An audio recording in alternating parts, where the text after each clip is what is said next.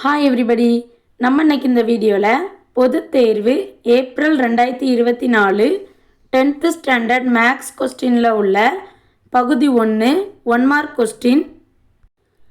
Question number 12 13 பார்க்க போகிறோம்.